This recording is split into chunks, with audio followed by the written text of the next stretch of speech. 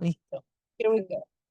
Ya hemos comenzado a hablar acerca de sistema reproductor esta semana. ¿Por qué sistema reproductor, doctora? Porque, bueno, ustedes saben, ¿no? Que al final, si no existiera el sistema reproductor, en tanto varones como mujeres, no podría desarrollarse diferentes caracteres sexuales y tampoco podría desarrollarse el implante de la gestación de una nueva vida. Entonces, para ello necesitamos repasar, tanto de forma interna como anatómica y estructural, lo que vendría a ser el sistema reproductor. Hablando más de la parte anatómica, que vendría a estar como quien dice de protección, albergando alrededor de lo que vendría a ser la parte del sistema reproductor, vamos a comenzar el día de hoy hablando de la pelvis. No sé si muchos conocen la pelvis o no conocen la pelvis, pero por primera vez vamos a verlo si es que no la conocían, la pelvis. La pelvis, más que nada, como les vengo a decir, es una estructura anatómica de protección, de contención y de diferentes funciones que ahorita la vamos a revisar. Como dice acá en la definición, es una estructura ósea. Si ustedes se dan cuenta, tenemos acá esas estructuras óseas, pequeños irregulares, huesos en forma de anillo situado en la parte inferior del tronco. ¿Por qué? Porque nosotros terminando la columna vertebral, una vez que terminamos a la parte más inferior, tenemos a la parte lumbar, sacro y coxis. Esto vendría a ser al final de todo lo que vendría a ser la columna vertebral que nosotros tenemos. Por eso hablan acerca de la parte inferior del tronco. Si yo les pregunto en la parte distal del tronco, ¿qué último hueso encontramos? Encontramos a lo que vendría a ser sacro y coxis. ¿Ok? Situado en la parte inferior del tronco, como dice acá, entre el abdomen y los miembros inferiores. Se dan cuenta que por acá, ¿se acuerdan del reparo anatómico que teníamos cuando hace 2 semanas revisábamos abdomen? El reparo anatómico del límite inferior del abdomen, sigo sin perdón, de la parte inferior del abdomen, vendrían a ser ¿qué? Miren acá, las crestas ilíacas. ¿Dónde está mi puntero? Acá está. Las crestas ilíacas. Crestas ilíacas. Entonces, está asociado con la parte del abdomen, en la parte inferior del abdomen. Y miren acá, prácticamente esta parte de la unión de lo que vendría a llamarse los huesos coxales. Acá, en esta estructura, como que mira una depresión, podemos acá incluso estar en contacto con lo que vendría a ser la cabeza del fémur. Acá, cabeza de fémur, su cuellito y ya el fémur, ¿no? Igual acá. Entonces, está relacionado con lo que vendría a ser miembros inferiores, ¿no? Porque ya vendríamos a tener las dos piernas, iniciando con la cabeza de fémur, que se une acá a los huesos coxales. Entonces, y acá tenemos a lo que vendría a ser la pared del abdomen, ¿no? Pared del abdomen, por acá la cicatriz umbilical. Entonces, la zona de la pelvis prácticamente vendría a ser también una parte media que sitúa tanto el abdomen como los miembros inferiores. ¿Por qué está formado? Ya nos hemos ubicado anatómicamente dónde está, porque estamos hablando de estructuras óseas, ¿ok? Estructuras óseas. ¿Por qué está formado? Dos huesos coxales, y miren, acá encontré una imagen de un video muy chévere que te señala, ¿no? Dos huesos coxales. Acá podemos ver incluso la parte de los huesos coxales, permítanme. La parte de los huesos coxales, hablando de lo que es el ilion, la pubis y el isquión, que vendrían a ser las estructuras o las partes dentro de estos huesos coxales. Y tenemos el sacro, que vendría a ser la parte más posterior, como quien termina la región lumbar, el sacro, un hueso irregular prácticamente, y el coxis, ¿no? Que vendría a ser la parte más posterior inferior de lo que vendría a ser esta cavidad de la pelvis. Esto es la pelvis al final, doctor. Así que cuando uno dice, no, ay, me he golpeado alrededor de la región pélvica, estamos hablando, uno, de región genital, porque anatómicamente nos ubicamos, ok, en la pelvis encontramos muchos órganos genitales, pero hablando de estructura, cuando es, digamos, una contusión o golpe, podemos asociarlo a este conjunto de huesos que conforman la pelvis, coxales, sacro y coxis, ¿ok? Vamos con las funciones porque todos tenemos que ver por qué es que tenemos esto y por cómo es que funciona. Las funciones principales vendrían a ser sostener el peso del cuerpo y transmitirlo hacia las extremidades inferiores, doctores. ¿Por qué? porque nosotros a la hora de que nosotros apoyamos el cuerpo de la cavidad abdominal, recuerden de que acá, parte inferior de la cavidad abdominal, nosotros llevamos un peso de sostén intraabdominal.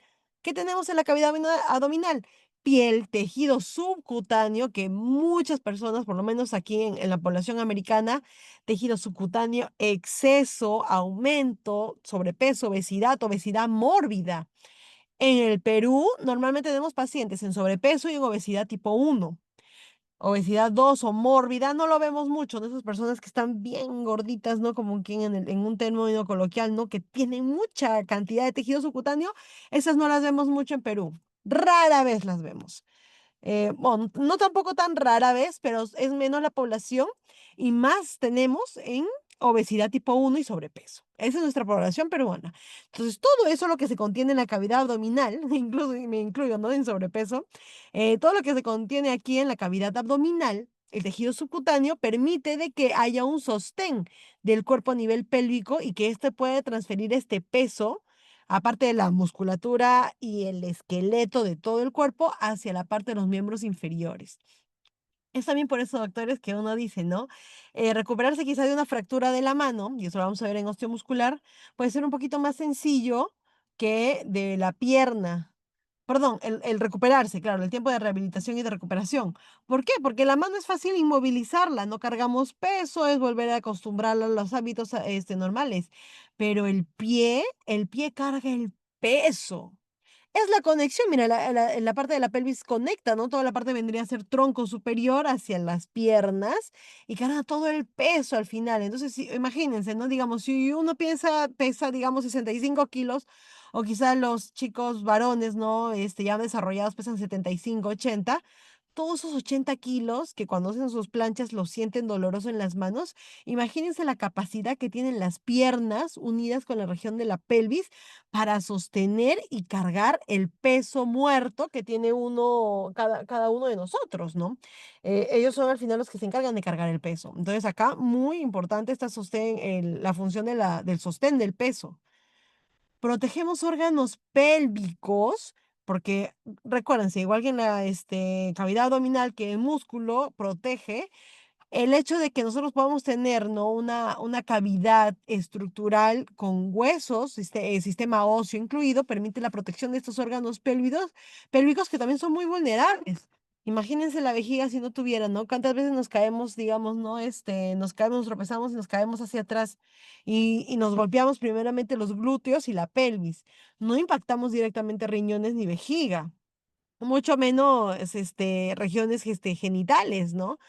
¿Por qué? Porque permitimos con esta estructura, perdón, con esta estructura, ¿no? Como una cajuela, que podamos contener estos órganos, ¿no? Vejiga, recto. Recuerden de que ayer, la vez pasada hablamos de recto y ano, ¿no? Por la parte posterior.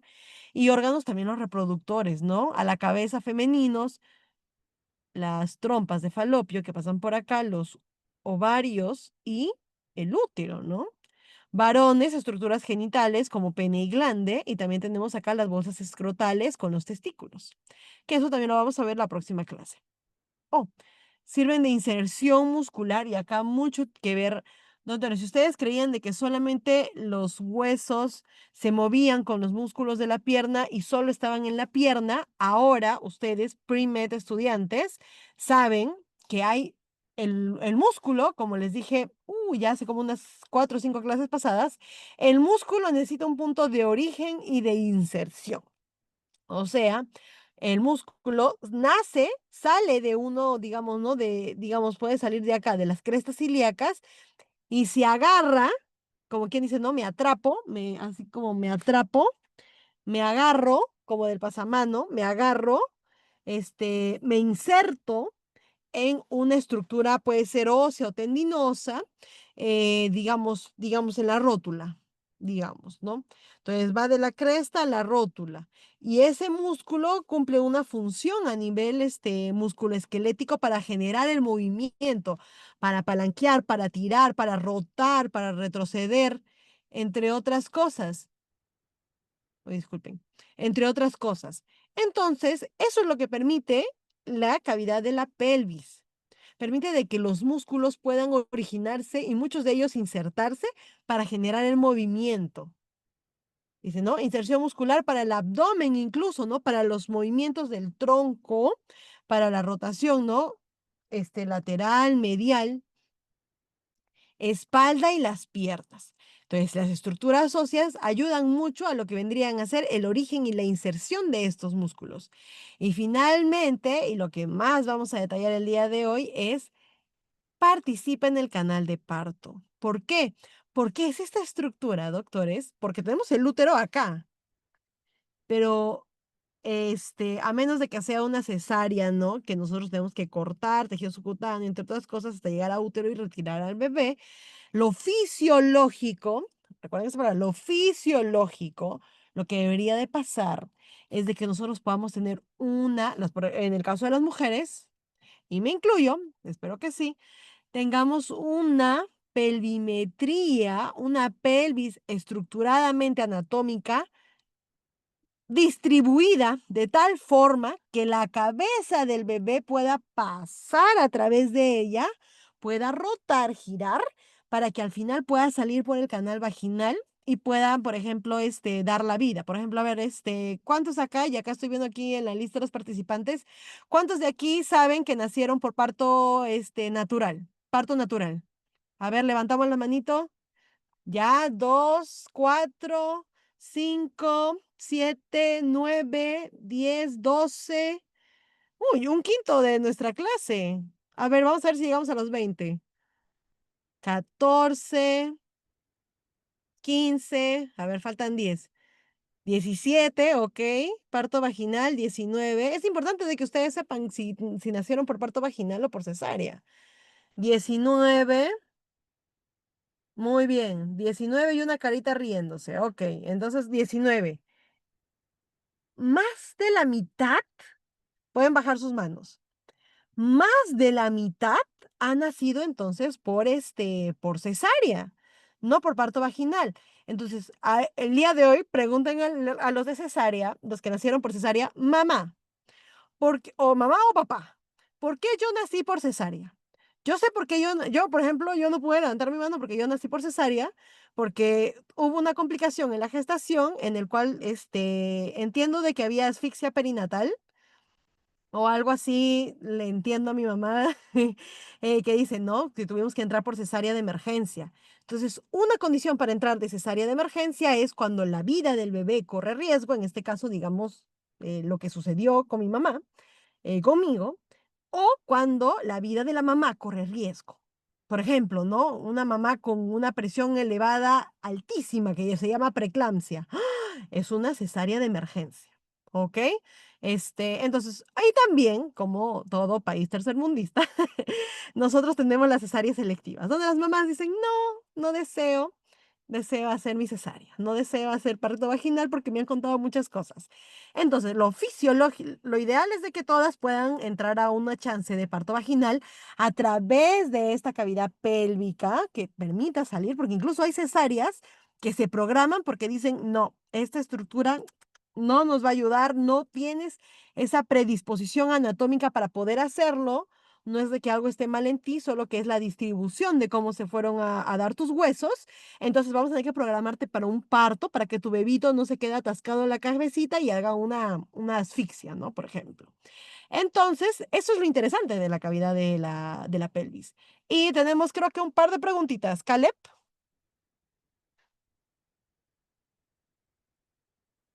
No, Ajá. profesora, no.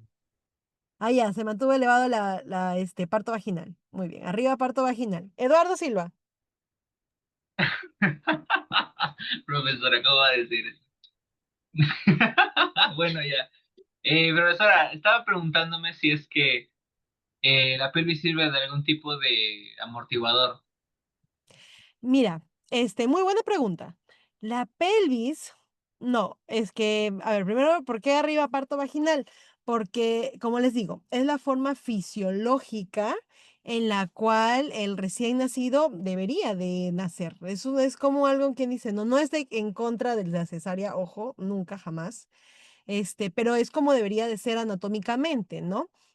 porque incluso hay enfermedades respiratorias que se pueden prevenir con el parto vaginal y no por la cesárea. Nuevamente mi caso, ¿no? Por ejemplo, etiológicamente o epidemiológicamente hay una ligera, por ejemplo, ¿no? De 1% más los pacientes que han nacido por cesárea pueden hacer un poco más de registro, ¿no? De enfermedades atópicas, respiratorias, como el asma o broncoespasmos.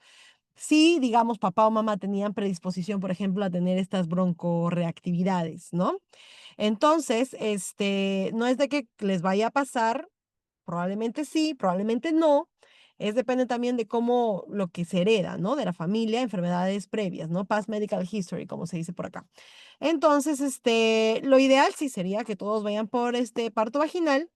Yo, siendo doctora, mujer, conociendo cómo son ambos procedimientos, yo personalmente, ojo, personalmente, yo preferiría mil veces cuando yo tenga mi baby hacerlo por parto vaginal. Porque ya ustedes cuando entren a la carrera y vean, van a ver cómo es una cirugía de cesárea. Y ahí van a las mujeres por lo menos decidir, ok, maybe parto vaginal, maybe cesárea, y ahí ustedes lo ven. Pero la cesárea fue creada para que podamos nosotros apoyar a las mamitas que tengan alguna complicación durante la gestación, tanto para el bebé como para la mamá. Punto número uno. Punto número dos, correspondiendo a la pregunta de Eduardo. Este, ¿Es un amortiguador? Sí. Y aquí dice, ¿no? Sostiene el peso y protege a los órganos, porque a raíz de esta estructura ósea permite de que las vísceras por dentro no puedan ser impactadas en un primer momento. También recuerden que por acá ya pasan algunas raíces nerviosas, ¿no? Las raíces nerviosas periféricas que puedan quizá al momento del impacto, si es que llega a haber una fractura, poder haber algún adormecimiento en las piernas, adormecimiento en alguna otra parte. Entonces, al ser un punto de estructura ósea más complementar con el sistema musculoesquelético, apoyamos a lo que vendría a ser la protección de la cavidad pélvica y de las vísceras dentro de ella. ¿Eduardo? Sí, eso sí lo había entendido, pero lo que más me refería era que, por ejemplo, Ujú. cuando saltamos y, o sea, no nos apoyamos en nuestras piernas como para reducir el impacto, sino es un salto, ¿cómo se puede decir? En seco, ¿ya? Ya. Dice que eso te causa un tremendo dolor pues en el estómago, ¿no? Dicen que hasta se malora no recuerdo si era el riñón, no Cuando sé, caes de espaldas. parado, o sea, parado sin doblar las piernas. Oh, ok.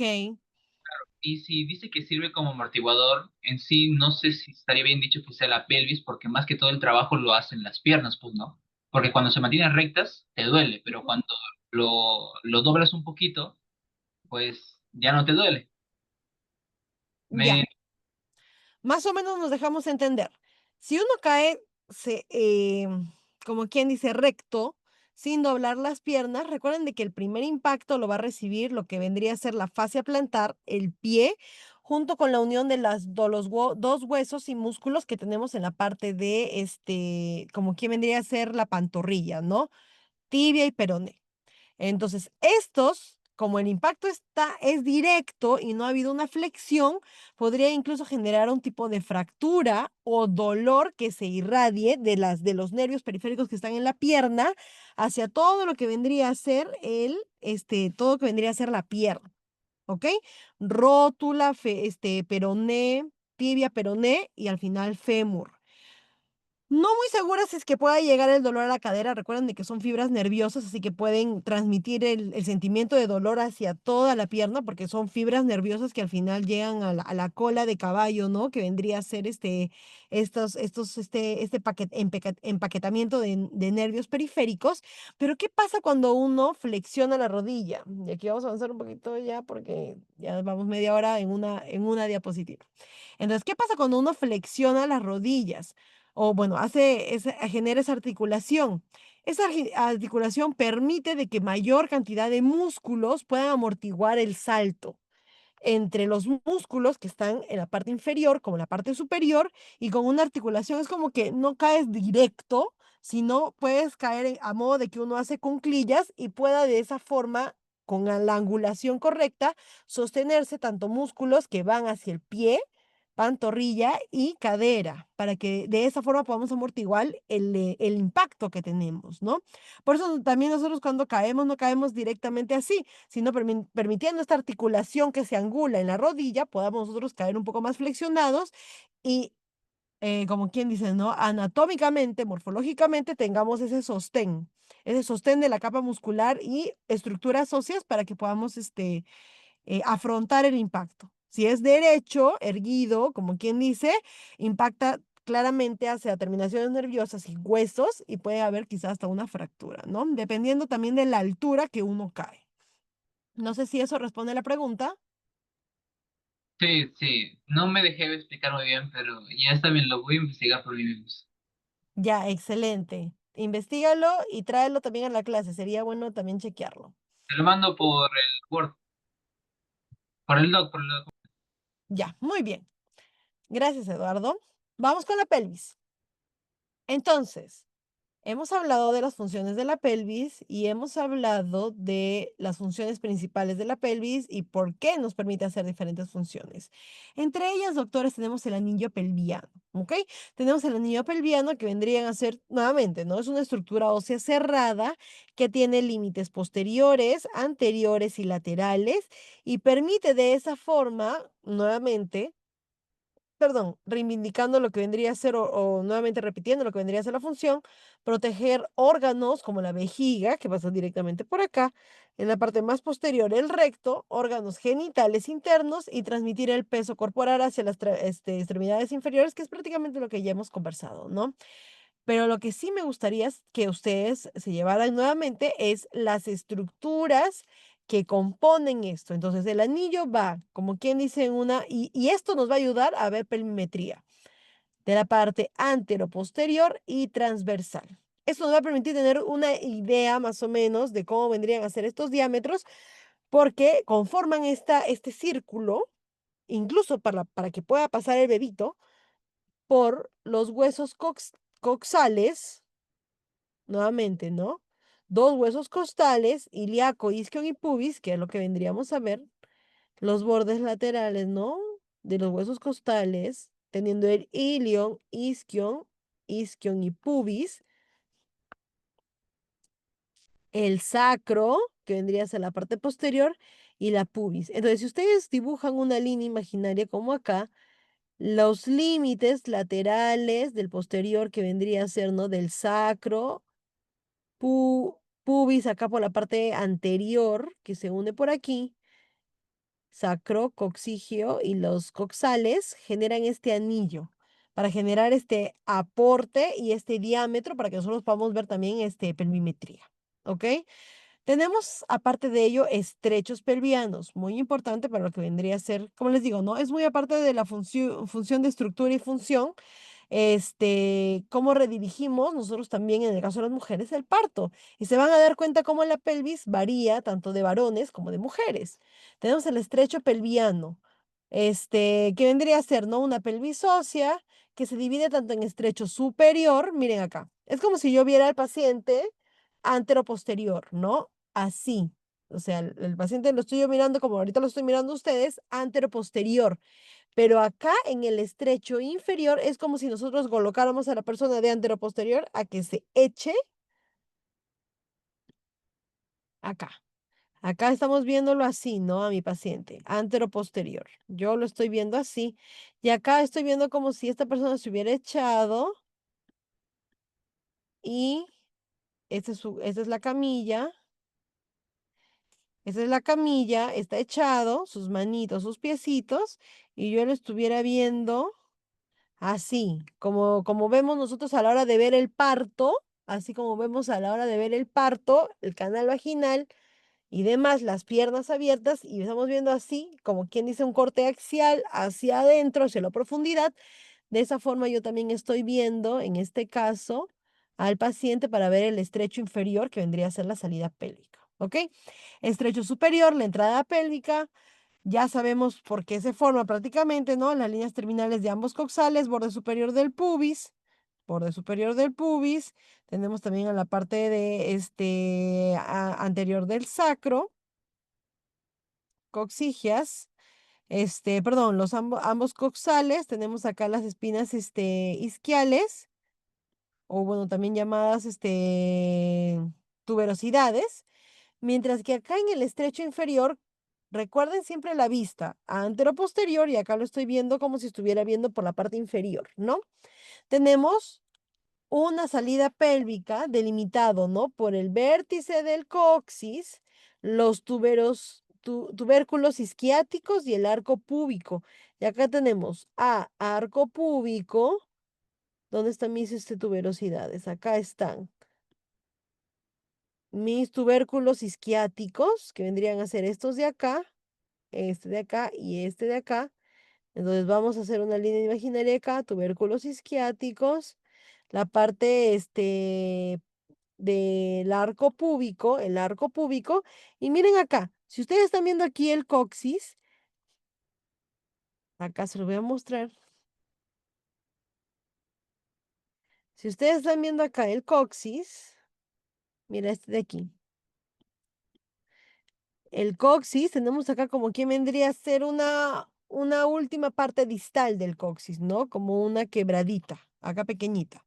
Entonces, eso vendría a formar, no todo quien diría el coxis, sino esta punta del coxis, que se le llama vértice del coxis, para poder delimitar lo que vendría a ser el estrecho inferior, y este vendría a ser la salida del canal del parto, la salida del canal del parto, ¿ok? ¿Hasta ahí alguna duda o consulta? Doctora, Cristel, ¿dónde se encontraba el coxis? ya, acá vamos. Coxales, sacro y coxis. Este chiquitito de acá es el coxis. Pero acá lo están viendo como, en vez de ver así al paciente, lo estoy viendo así, ¿verdad? En vez de estar viendo así al paciente, lo estoy viendo así. Entonces, el coxis, el vértice del coxis, nosotros vemos la última estructura que vendría a ser la chiquitita en la parte posterior. Recuerden que esto es antero-posterior la vista. Este vendría a ser como un corte axial, ¿no? Un corte axial, un corte sagital. Y acá yo estoy viendo la parte anterior y acá yo estaría viendo la parte posterior. Si no se acuerdan, recuerden de que el pubis, nueva terminología para ustedes, está en la parte anterior y el coxis con la parte sacra y al final el coxis, este pequeñito, está en la parte posterior. Muy similar a donde se podría decir, ¿no? La parte de la columna, porque es la parte final de la columna, ¿ok? Entonces creo que eso responde la duda. Vamos acá. Tipos de pelvis, perdón, tipos de pelvis. Caldwell y Molloy hicieron esta clasificación claramente porque habían diferencias estructurales, anatómicas, de lo que vendrían a ser estas cavidades pélvicas, de esta estructura ósea pélvica, ¿ok? No es de que una sea más correcta para otra y demás, pero ciertamente a la hora de ver las funciones hay algunos tipos de pelvis que nos pueden ayudar mejor a lo que vendría a ser, digamos, otro tipo de pelvis, ¿no? Si no me dejo entender, ahorita lo vamos a chequear. Pero los tipos de pelvis son, uno, la ginecoide, que es la más óptima para el parto, la androide y la antropoide no dificultan mucho el parto, y también la platipeloide. Entre estas dos, a ver, vamos a ver aquí. Tenemos diferencias en cuanto a los diámetros y las longitudes, tanto en la parte anteroposterior, vendría a ser esta de acá, anteroposterior, y estas líneas azules que marcan, ¿no? Un diámetro transversal. Entonces, anteroposterior, anterior y posterior es como si yo lo estuviera viendo así al paciente, ¿no? La cabecita acá y yo estoy viendo así. Anteroposterior es un corte axial, longitud transverso por acá, ¿no? Anteroposterior y transverso. Eso es como yo estoy viendo aquí a los tipos de pelvis y tenemos que ver los diámetros de estas pelvis. Entonces, primeramente tenemos a la ginecoide. La ginecoide es más predominante, como ustedes se habrán podido dar cuenta, en lo que vendría a ser en las mujeres. En las mujeres hasta más del 50% puede tener este tipo de pelvis ginecoide. ¿Por qué? porque es una forma de pelvis redondeada. No es algo que también nosotros, ¿cómo se dice? Nosotros, hagamos, ¿no? Yo quiero que mi pelvis sea ginecoide. No, sino es como ya una distribución ósea que tiene la persona, redondeada, amplia, y es la ideal para el parto, ¿ok? Ideal para el parto. ¿Por qué? Porque el diámetro antero-posterior, que vendría a ser este de aquí,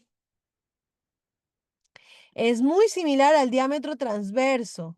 Mira las tuberosidades isquiáticas. Permiten entonces de esta forma que nosotros podamos tener, ¿no? Como una forma redondeada que justo, oh sorpresa, la cabeza es de forma redondeada y permita la salida de lo que vendría a ser el recién nacido. No, no habría un estrechamiento, un encajamiento o un atrapamiento del bebé. Uy, uy, uy, y vieran la cantidad de partos que si es que uno no evalúa cómo está la pelvis antes del parto, puede haber muchas complicaciones del bebé, incluso podrían asfixiarse los bebitos en el canal vaginal y eso tiene que revertirse con cesárea. Imagínense que el bebito se ha quedado estancado, digamos, ¿no? En un tipo de pelvis androide.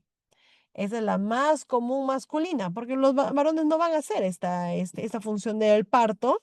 Entonces, genéticamente ya uno, diferenciando algunos cromosomas y fenotipos, nosotros podemos, bueno, no fenotipos, no genotipos, nosotros vemos de que es más común tener esta pelvis androide en los varones. Es más estrecha, con forma de un corazón, miren, como forma de un corazón, más o menos, ¿no? Bueno, un corazón normal, no el coloquial. Y puede dificultar mucho el parto. ¿Por qué? Porque hay mayor diámetro antero-posterior que, miren aquí, a comparación de el transverso. A comparación de no va a permitir, ¿no? La salida. ¿Por qué? Porque acá en vez de que esté regularizado en una forma, ovalada, circular, está un poquito más amplio. Si se dan cuenta, al final esto vendría a estar así. Uy, me salió pésimo el dibujo. Pero esta vendría a estar así, como un champiñón, porque el diámetro longitudinal está más elongado que el diámetro transverso. Y acá es donde puede haber un encajonamiento del bebito, ¿no? ¿Y qué hacemos? Normalmente, no digamos, si progresa el parto y se queda atascado el bebito, tenemos que correr a cesárea, sabiendo de que el bebito todavía tiene su corazón latiendo. Y ha habido casos que si no pueden este, sacar al bebito, han tenido incluso de que introducir un segundo ginecólogo la mano a través de canal vaginal para poder empujar la cabecita y para que de lo que ya estaba un poco estancado aquí la cabeza del bebé en la tipo androide, pueda desencajarlo para que podamos sacarlo, ¿no? A través de lo que vendría a ser la cavidad abdominal. Imagínense. Entonces es muy importante y puede incluso resultarles gracioso, pero así hemos tenido partos, doctores, y bebitos han nacido muertos. Entonces, hay que tener, sobre todo ustedes, médicos, futuros médicos, esto ya me estoy adelantando como 6 años de la carrera, cuando tengan su rotación, prestar mucha atención en lo que vendría a ser la evaluación de este tipo de pelvis. Y ahorita les voy a decir cómo vamos a evaluarlo. Tenemos antropoide, también otro tipo, miren acá, la antropoide, alargada en sentido anteroposterior también y poca ancha en el diámetro transverso, miren acá. Y el anteroposterior sigue estando, o sea, se desplaza más. Es como si uno tuviera, ¿no? La anterior, la ginecoide va así, la androide va así y la antropomoide va así. O sea, se va estrechando más que nada y el diámetro longitudinal, la anteroposterior, se va incrementando, ¿no? El parto es generalmente posible, parece que no es tan peor como la anterior, que es la androide, y también mayormente en varones, pero también se ve en mujeres de raza negra, ¿ok? Entonces, el parto todavía es posible, pero más que nada, ¿por qué? Porque tenemos mayor sentido de longitud en el anteroposterior. Y esto también dificulta el parto. No se recomienda, es posible, cuando dicen acá parto generalmente posible, es de que algunos pueden evolucionar bien, como algunos no pueden evolucionar bien. Así que mucho cuidado con este tipo de pelvis. O bueno, ya conocen las diferencias de la pelvis. Finalmente, la platipeloide. La platipeloide no es muy común, como dice la teoría. Es muy aplanada transversalmente. Miren acá. Largo, largo es esta pelvis. Y complica mucho el descenso fetal. No tenemos mucho amplitud parte del diámetro anteroposterior. Entonces, dados estas, como quien dice, ¿no? Em, observaciones, podemos hablar de pelvis masculina y femenina. Acá, este va con este y este va con este, porque va primero la femenina y después la masculina en esta diapositiva. Miren acá, es una pelvis femenina ginecoide. Gineco, mujer, coide, ¿no? Forma. Pero muy aparte de la distribución de estos diámetros, tenemos algunas características en la parte de los huesos. Tenemos huesos más delgados, mayor distancia de las bisiáticas, mayor distancia de las tuberosidades isquiáticas, acá están, ¿no? Mayor distancia de las longitudinales de tuberosidades isquiáticas y tiene menor grosor de espinas ciáticas y mira, huesos más delgado. ¿Por qué? ¿Por qué nosotras las mujeres, o este tipo de pelvis ginecoide tiene este tipo de características en las mujeres? ¿Por qué? Porque cuando pasa el bebito en el canal vaginal, en el sistema pélvico, imagínense si el hueso fuera grueso, duro, compacto. Dígame si eso no podría causar un daño, un dolor o una contusión a la hora de que el bebito está saliendo. En cambio, estos huesos más delgados, con menor grosor en las espinas ciáticas, podemos nosotros por lo menos amoldarse el hueso a que pueda pasar sin mayor dificultad y sin de que haga algo que haga resistencia a la cabecita del bebé. Es por eso de que nosotros tenemos así la pelvis femenina. ¿Qué pasaría con los varones, con la pelvis masculina? Tenemos acá, miren los huesos más gruesos. Miren acá, la sínfisis de pubis. Miren la sínfisis de pubis de la mujer. Es delgada, es pequeña, no tiene mucha longitud. Miren la sínfisis del pubis del varón. Acá no está en las características, pero miren, tienen una mayor cantidad de grosor de esta articulación que tenemos acá, ¿no? La sinoartrosis. Y el grosor de los huesos es muy, muy predominante o mayor prominente, esa es la palabra, prominente, a comparación de las damas.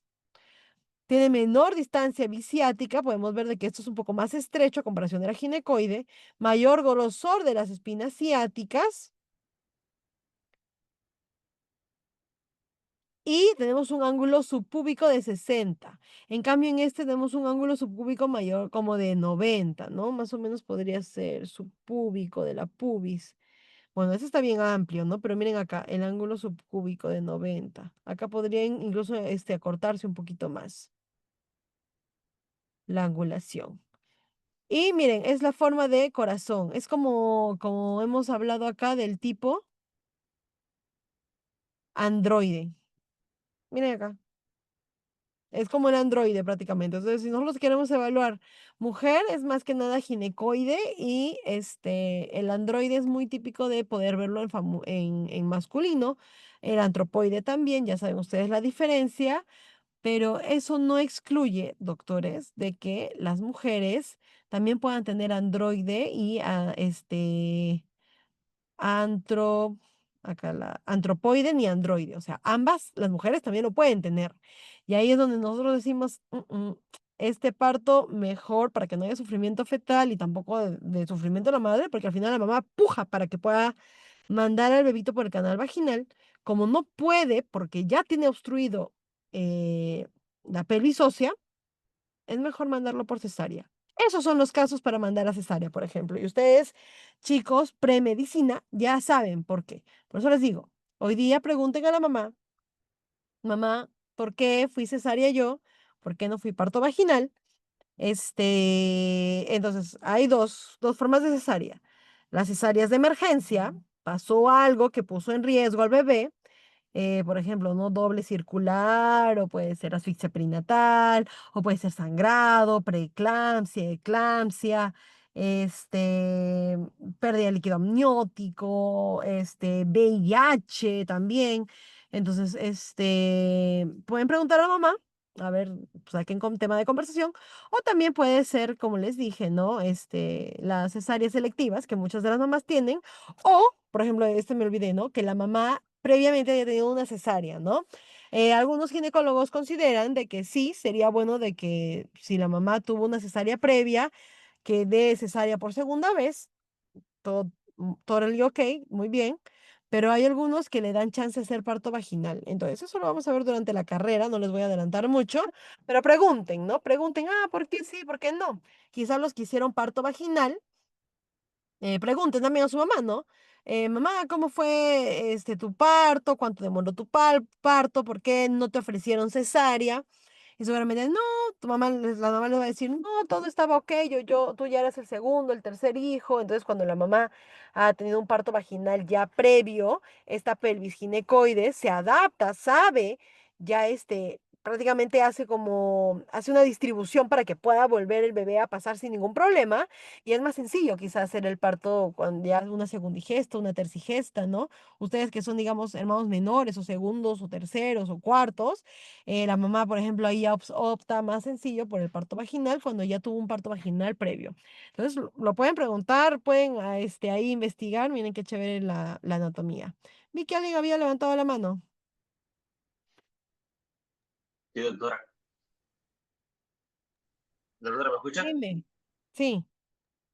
Ok, usted había mencionado algo sobre la sinartrosis. ¿La sinartrosis se refería a la pubis o en sí Ah, ya. a todo el pelvis? Recordemos la sinoartrosis y creo que eso vamos a tener que revisar nuevamente en nuestra clase de repaso. Anótenlo, clase de repaso, porque es una articulación que no ejerce movimiento. Es una articulación al final que une los dos huesos coxales y que no genera movimiento. Pero de esta vamos a tener que revisar, porque yo sé de que podría ser una condoartrosis o sinoartrosis.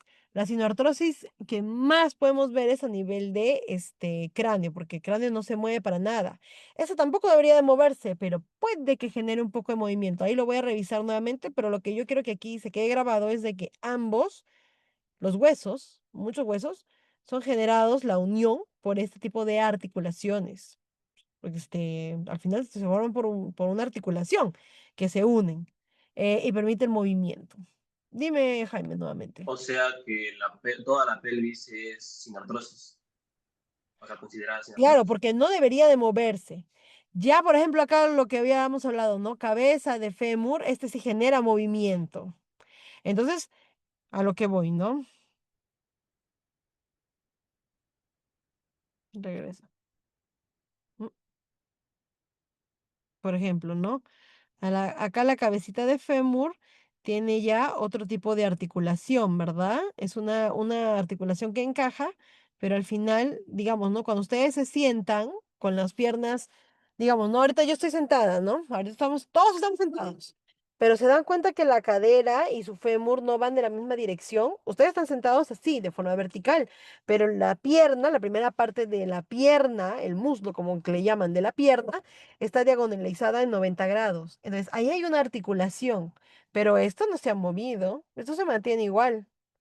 Sí da espacio para que haya un ligero movimiento, por eso les digo que quiero revisar nuevamente qué tipo de articulación tenemos ahí, quizás no sea la sinartrosis, sino la condoartrosis, pero hay siempre una articulación que permite la unión, sea para un hueso que genere movimiento o no. ¿Me dejo entender? Sí, doctora. Muy bien. Alguien me escribió, doctora, mi mamá me dice de que no, fui parto por cesárea porque ella no podía tener parto vaginal. Ah, entonces sería bueno, pregúntale. No voy a decir el nombre, pero pregúntale por qué no fue parto vaginal.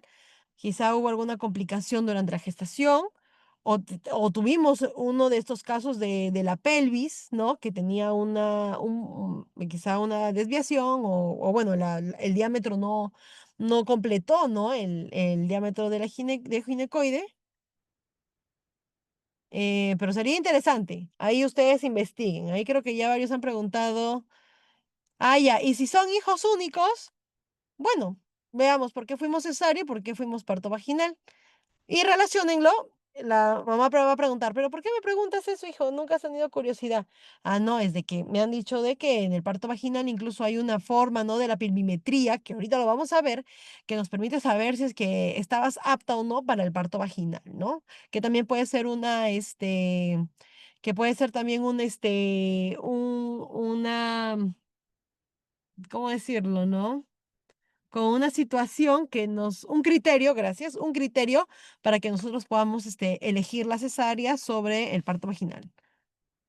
Y ya estaba todo listo, hasta se había hecho exámenes todo y al final le dijeron cesárea porque no dilataba. Ah, ok. Oye, yo me he pasado leyendo, vamos a avanzar la clase, de ahí hablamos. Pero sí está interesante. No dilataba, eso ya es diferente, eso ya es diferente. No mucho por perimetría. Ojo, perimetría puede ser un caso de por qué no parto vaginal, porque no está también la cavidad de la pelvis predispuesta para ello. Puede ser una emergencia médica, como el que ya les mencioné, o el hecho de que el trabajo de parto normal no progresó. Porque hay mamitas que se quedan hasta la semana 40, hasta la semana 41 y ahora pregúntenle a la mamá, mamá, ¿soy prematuro? ¿Soy parto normal? ¿A término? Oye, sus mamás van a ser mucho, mucho preguntadas. Tuve 37 semanas, 38, 39, 40. Hay mamitas que se quedan hasta las 41 semanas porque no dilatan el cérvix del útero, que lo vamos a ver. Ya está, para la próxima clase tengan sus respuestas. Vamos a hablar de eso también un poco. Ya veo que están muy curiosos. Y el cérvix tiene que dilatar hasta 10 para que pueda, para que ustedes, muy aparte de la pelvimetría, que ya encajaron y ya pasaron por la pelvis, tienen que también pasar por el canal vaginal y salir del útero con el cérvix. Y si no dilata, ¿cómo van a salir alumnos? No van a salir. Entonces es todo un conjunto. El parto es una cosa muy bonita que todavía no lo he experimentado, pero es de mucho. Sí, es muy interesante, solamente puedo decir eso. Es muy interesante las mamitas al final cuando ven al bebito, cuando ustedes vayan a su primer parto, yo les recomiendo que vean cómo la mamá recibe al bebé, porque después de mucho esfuerzo y dolor y de parto, contracciones y demás, ven a su bebito por primera vez y lo sienten por primera vez. Y ahí es cuando yo, en la parte médica, porque ya les he contado un poco de por qué me gustó mucho medicina, es cuando uno siente, ¿no? Por qué la mamá, siente mucho apego quizá también por sus hijos, ¿no? Y ahora nos vamos al texto bíblico. No es por eso que cuando dice la Biblia, pero no voy a abundar en eso. Pero es como un cariño más, es un cariño inmenso. ¿Por qué? Porque ella les dio a luz. Y también en la cesárea, cuando escuchan al bebito llorar por primera vez, la mamá le brilla los ojos. A mí me encanta mucho ver partos. No, no que quiera ser ginecóloga, ¿no? Pero cuando estén ya en la carrera, miren, yo estoy soltando muchos alerts, cuando ya estén en quinto o en cuarto de la carrera, se van a recordar, ay, la doctora Ocaña me decía que yo vea a la mamá. Voy a ver a la mamá. Y de verdad que es un sentimiento muy bonito. La mamá llora, el papá llora y la estudiante, en ese caso yo, lloraba también. El bebé salió. Entonces es muy bonito, pero no nos desconcentremos, siempre nos quedamos hablando con ustedes, de verdad. ¿Quieren aprender anatomía o quieren aprender quieren aprender de todo un poco ustedes? Muy bien, yo veo muchos, ¿cómo se llama? Yep, he is perfect. Y no se lo voy a debatir a nadie. Así que vamos. Perimetría. Nosotros tenemos que evaluar, como hemos hablado, acerca de metría va más que nada por mediciones de esta cavidad pélvica, para que nosotros podamos diferenciar los diámetros que tenemos en la cavidad pélvica para ver si es que es posible de que podamos, y eso es más que nada asociado a parto, pueda salir el bebito sin ninguna complicación. Ok. Entonces, es la medición de diámetros de la pelvis, aquí siempre les pongo un concepto general, para evaluar su capacidad durante el parto. Es lo mismo que dije. Se puede hacer clínicamente o por imagen radiopélvica o TAC, o sea, tomografía. ¿Por qué por tomografía? Bueno, eso es antes de que esté el bebé. Recuerden que cuando el bebito está en la gestación no pueden tomarle radiografía, ni tomografía, ni nada. Es por eso que a veces cuando vienen pacientes a la emergencia les digo, ¿estás gestando? y tiene 17 años y los papás se ofenden. Pero digo, no, no es de que quiera intuir de que adolescentes hagan quizás relaciones sexuales, sino porque probablemente te pidan tomografía, radiografía, y si la persona está gestando, puedes malograr la gestación. O sea, puedes dañar al bebé. Entonces, mucho, y ustedes se van a dar durante la carrera que muchos de los médicos hay preguntas que no queremos hacer, pero tenemos que hacerlas en orden de salvaguardar y cuidar a nuestros pacientes y quizá a los bebitos, en este caso que estamos hablando, ¿no? Tenemos diámetros importantes, tenemos diámetros, y aquí voy a regresar para que no se me pierdan, como dice esta expresión, bear with me, estén conmigo. Vamos acá, recordemos, anteroposterior, anteroposterior, transversal. Transversal, ¿ok? Listo. Una vez recordado esto, vamos acá. Vamos a ver primero los anteroposterior. Entonces, nosotros estamos viendo así el anteroposterior, como si yo hubiera hecho acá un corte sagital. Ustedes ya saben que es corte sagital. Un corte sagital, ¿no? Así, un corte sagital. Entonces, yo acá tengo 3 diámetros para medir. Y si se dan cuenta, acá tenemos a sacro, y acá tenemos a la pubis, ¿ok? Es como si yo lo hubiera cortado, ¿no? Hacer un super zoom de las imágenes previas. Entonces tenemos diámetros importantes que podemos evaluar a nivel de estos. Diámetro anteroposterior o conjugado verdadero. Esto lo vamos a ver, la verdad que no sé por qué también está en el sílabo, porque es un poquito más avanzada la carrera, pero sí me parece importante de que lo sepan, porque existen diámetros. Ok, sí, válido, válido porque está en el sílabo. Válido, me retracto, no dije nada de escuela de medicina. Diámetro anteroposterior o conjugado verdadero. Va, miren acá, borde superior del pubis. ¿Dónde está el pubis? Vamos a ver si están conmigo. Pubis, ¿está anterior o posterior? Y ahora sí voy a leer el chat. ¿Anterior o posterior? Pubis, ¿anterior o posterior? Muy bien, anterior, anterior, anterior. 3 personas nada más respondieron. Anterior, muy bien, Javier. La MEC, muy bien. Jaime, muy bien. Entonces, nos ubicamos todos, ¿no? Anterior y acá estamos en posterior, ¿ok? Eso quiero que quede bien claro. Anteroposterior o conjugado verdadero. Tenemos acá borde superior del pubis y nos vamos nuevamente acá al promontorio del sacro. Es como una protrusión, una pequeña elevación, una pequeña barriguita, vamos a decir, que sale del sacro, promontorio del sacro. Si ustedes hacen una línea imaginaria de la parte superior del pubis al promontorio del sacro, debería de medir 11 centímetros, ¿ok? Más o menos la capacidad que tiene de diámetro de la pelvis para que nosotros podamos decir, ok, tenemos una buena amplitud, lo normal. Sin embargo, más abajo es donde nosotros definimos evolución obstétrica, ¿no? O la evolución de cómo podría ser el parto. Y así que vamos. Conjugado obstétrico, justo lo dice el nombre. Diámetro conjugado obstétrico. El más relevante en obstetricia, o sea, en el parto, por donde pasa la cabeza del bebé. Posterior a la sínfisis del pubis, acá, sínfisis del pubis, seguimos en la anterior, en la parte superior, y acá, posterior a la sínfisis del pubis, como quien dice en la parte más medial, cogemos aquí, posterior a la sínfisis del pubis, y generamos una línea del diámetro hacia nuevamente hacia el sacro, y eso se le llama el ángulo obstétrico, perdón, el conjugado obstétrico, y debería de medir 10.5 aproximadamente. 10.5 que nos dice, ok, el bebito puede pasar. ¿Qué pasa si mide 9? Mm, ¿Pasará bebé? No. A partir de 10 puede pasar tranquilamente o con un poquito de dificultad, pero 9, 8 ya no pasa bebé. A cesárea. Diámetro diagonal conjugado, finalmente, diámetro diagonal conjugado va del borde inferior de la sínfisis del pubis, borde inferior, más de abajo de la sínfisis de pubis, hacia nuevamente hacia el promontorio del sacro. Y se verifica en el A, dice acto vaginal, sorry, se estaba tipeando rápido. Tacto vaginal, tacto vaginal. Si al tocar, utilizan 2 dedos, 3 dedos, y eso lo van a ver más adelante. Así que tienen que ingresar a la carrera para que lo puedan ver.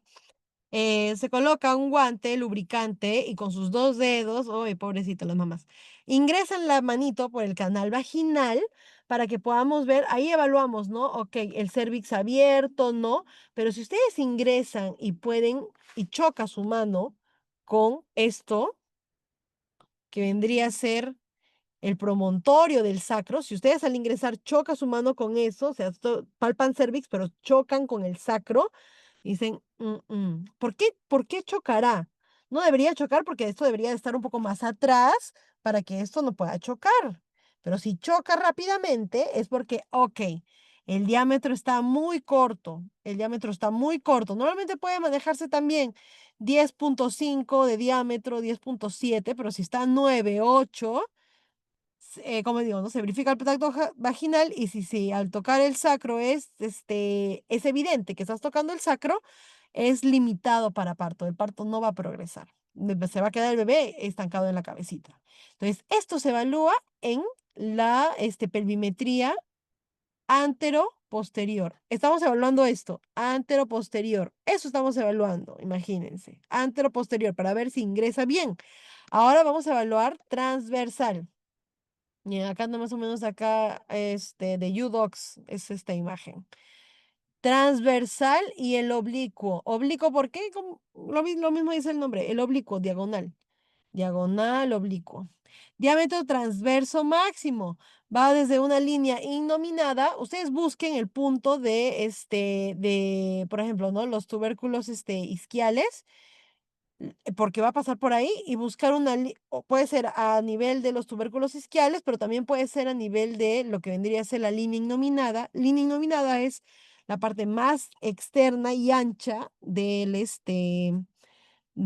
la pelvis, para ver si es que puede pasar el bebé por el medio de la pelvis de 13 centímetros. Al final, estas tuberosidades isquiáticas podrían adaptarse, pero no mucho. Así que de preferencia cogerlo desde acá, desde las tuberosidades isquiáticas. Hay algunos que no son muy prominentes, así que lo pueden coger desde la línea innominada y pueden medir 13 centímetros, mire. ¿Ok? Debería medir 13 centímetros. Algunas literaturas dicen 12 centímetros y medio, no 12, 12 y medio, pero 13 centímetros. Se dan cuenta de que más o menos va así, en longitudinal 10 hasta 11. Transverso puede ser 12,5 o 13. Miren, acá ponen 13, 12,5, 13, 13,5. Pero lo ideal es de que mida eso un alrededor para que pueda pasar el bebé sin ningún problema. Pero ¿de qué sirve tener longitudinal y transverso si es que los costados no tenemos también una amplitud para que pueda pasar? Y a eso se le llama el diámetro oblicuo. Va desde la parte media de la articulación sacroiliaca, sacroiliaca, cresta ilíaca, sacro. Desde acá vas, desde la articulación medial, y te vas hacia la parte de la eminencia iliopúbica, se llama, ¿no? Iliopúbica. Es por eso que les puse una imagen que diferencia, ¿no? Iliopubis, iliopúbica. Hace más que nada una X, un oblicuo desde la articulación para que nosotros podamos ver, ok, si tiene la capacidad, como quien al final dibuja ustedes, con esos diámetros pueden dibujar y ver si está estrecha o no, lo que vendría a ser la pelvimetría. Mide 12 centímetros, ¿ok? Sí, mide 12 centímetros. Entonces, ahí ya tienen un poquito más de información para ver si es que mamá dice, no, no pude por mi suelo pélvico, ¿no? Por mi pelvis. Entonces ahí nosotros podemos diferenciar por qué, ¿cómo se llama? Por qué algunos partos van para cesárea y por qué algunos partos sí pueden progresar con normalidad al parto vaginal. Dime, Eduardo, Profesora, dime. había dicho que todo eso es por mediante el tacto, pues, de algún médico o médica, ¿verdad? El tacto ayuda a este de acá. Vamos aquí. Tucu, tucu, tucu, tucu, tu. Al diagonal conjugado.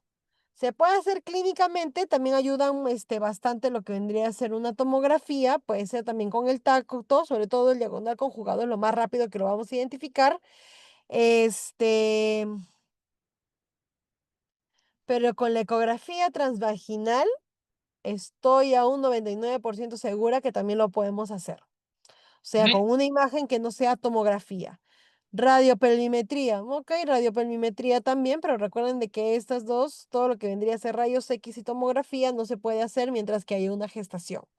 Entonces, estoy segura que puede ser eco transvaginal, tacto, y cuando no hay bebé lo podemos ver también por tomografía. O sea, ecografía, tacto, para cuando están gestando las mamitas, cuando no están gestando una tomografía o una radiopelvimetría.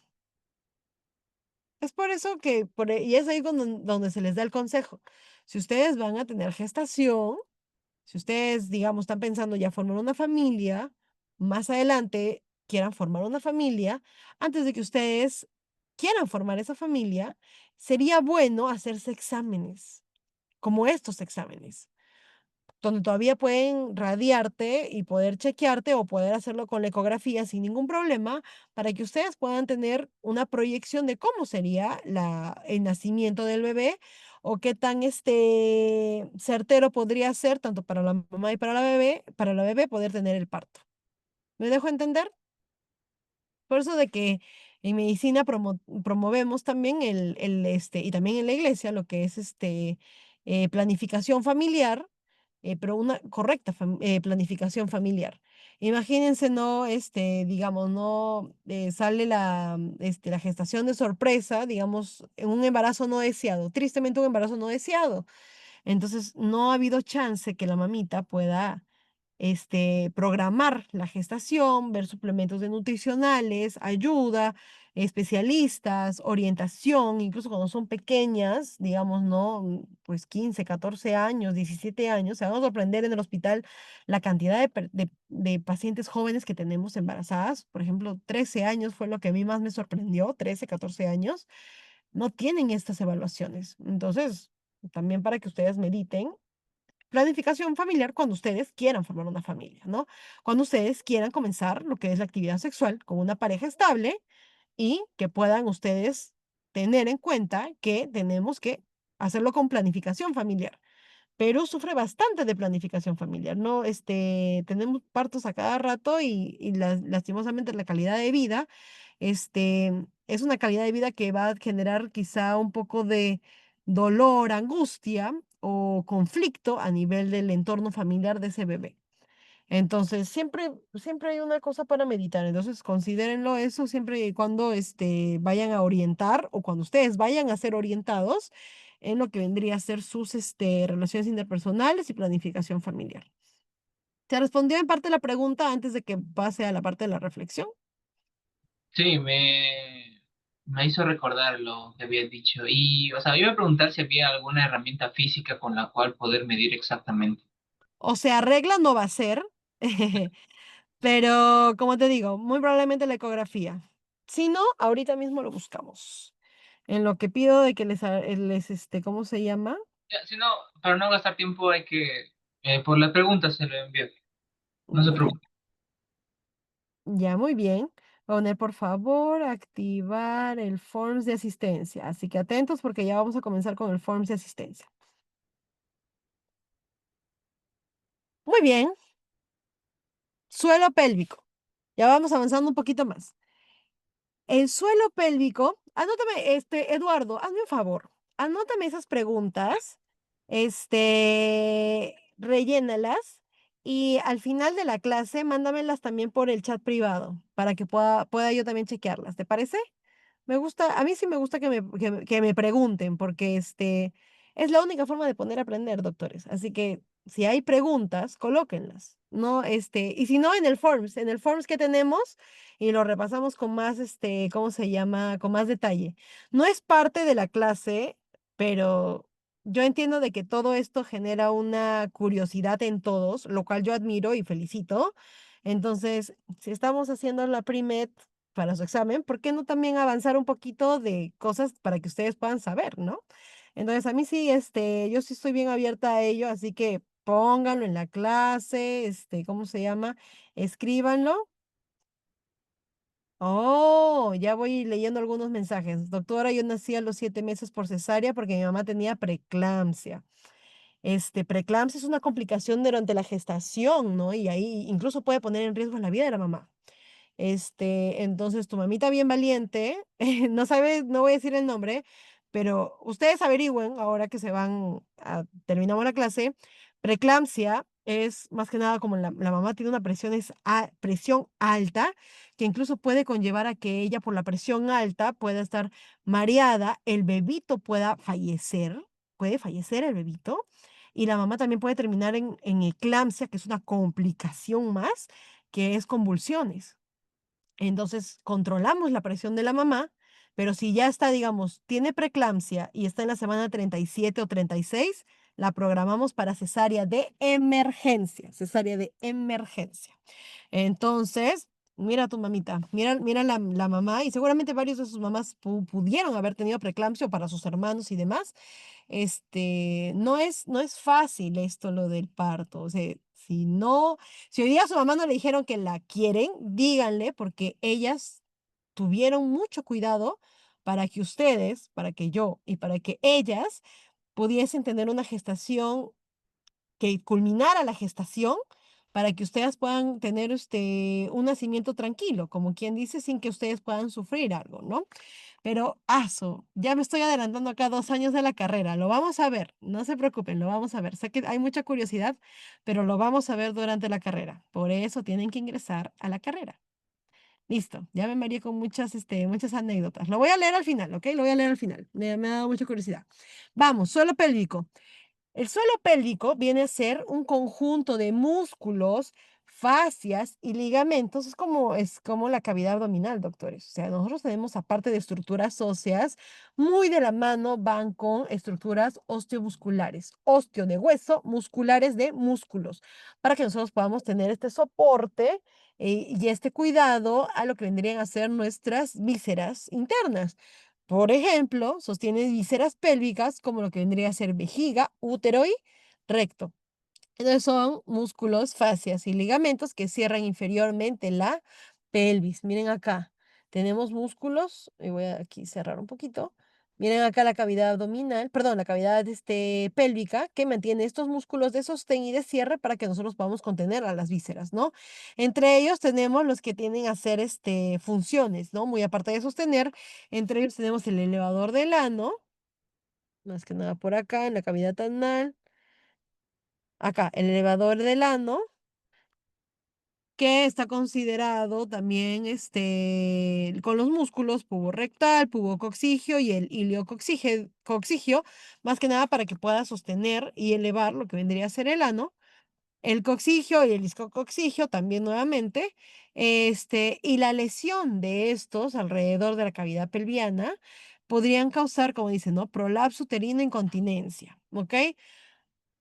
Acá, ¿cómo les explico? Prolapso uterino, si nosotros debilitamos esas paredes de los músculos, ¿no? Piriforme, pélvicos del diafragma, aneal, obturador interno, elevador del ano. Recuérdense solo los que estoy colocándolos acá en la diapositiva, porque como les digo, esto lo vamos a ver en la carrera. Eh, ¿Cómo prolapso uterino? ¿Cómo les explico? El útero, la próxima semana también vamos a ver útero. El útero se tendría de que mantener en digamos, centralizado.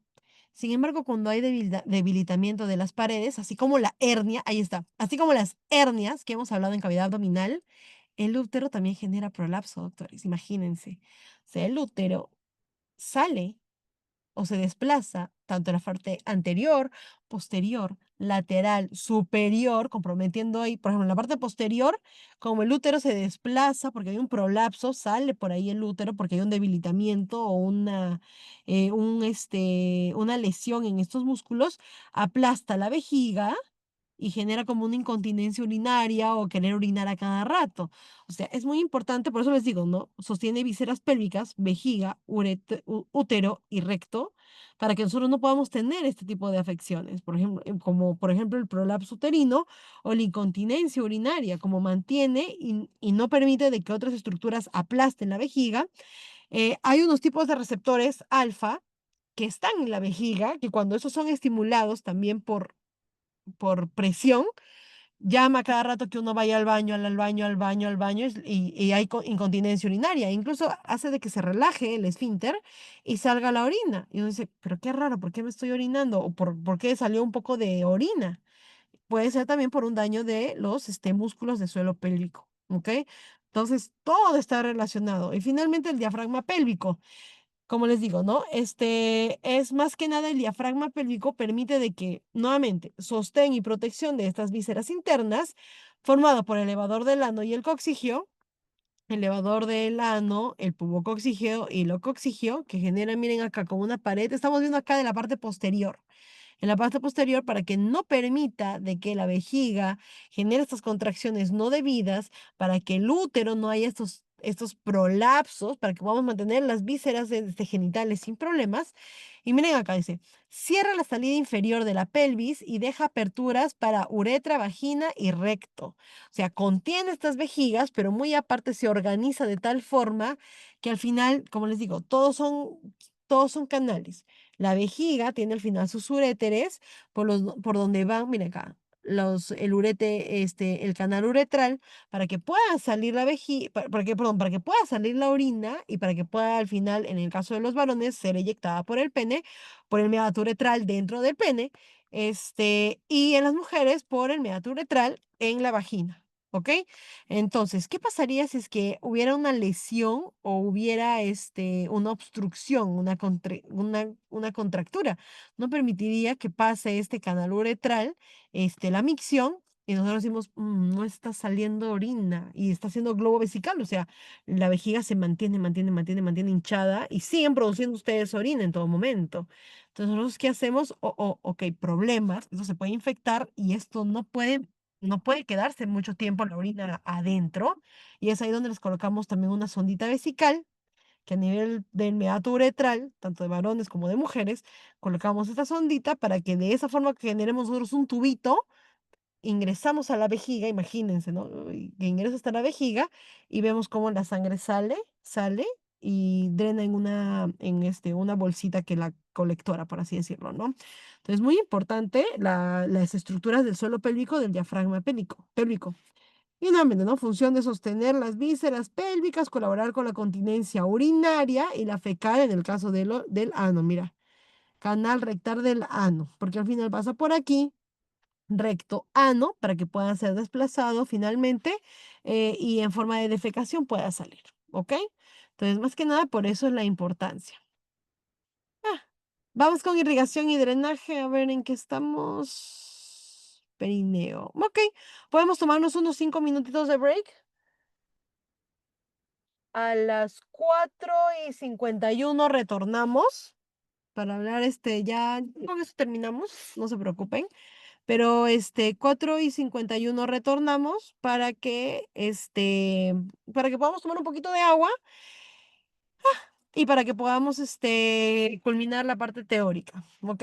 ¿Les parece bien? De paso que voy leyendo sus anécdotas. ¿Listo? Paso el link de la asistencia y nos vemos en 5 minutitos.